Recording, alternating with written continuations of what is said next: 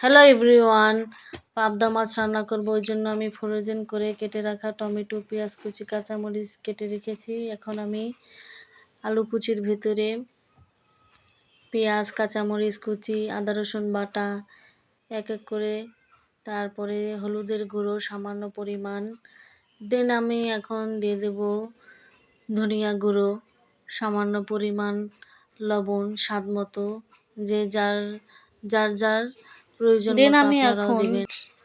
Soybean তেল নিয়ে সামান্য পরিমাণ এখন আমি চটকে নিচ্ছি পেঁয়াজ, কাঁচামরিচ, যা যা মশলা দিয়েছিলাম ভালোভাবে আলুটাও আমি মাখিয়ে নিচ্ছি মলাম করে।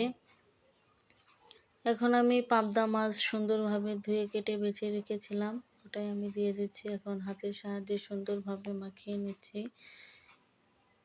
যাতে মশলা যা দিয়েছিলাম ওটা পরিমাণ মতো সব জায়গায় ঠিক মতো বসে। এখন আমি আমার মাখিয়ে নেওয়া শেষ। এখন আমি পানি দিয়ে নেব সামান্য পরিমাণ, সেদ্ধ হওয়ার জন্য আলুটা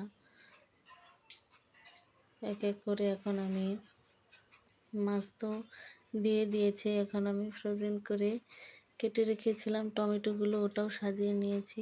দেখেন কত লোভনীয় লাগছে। Thank you for watching.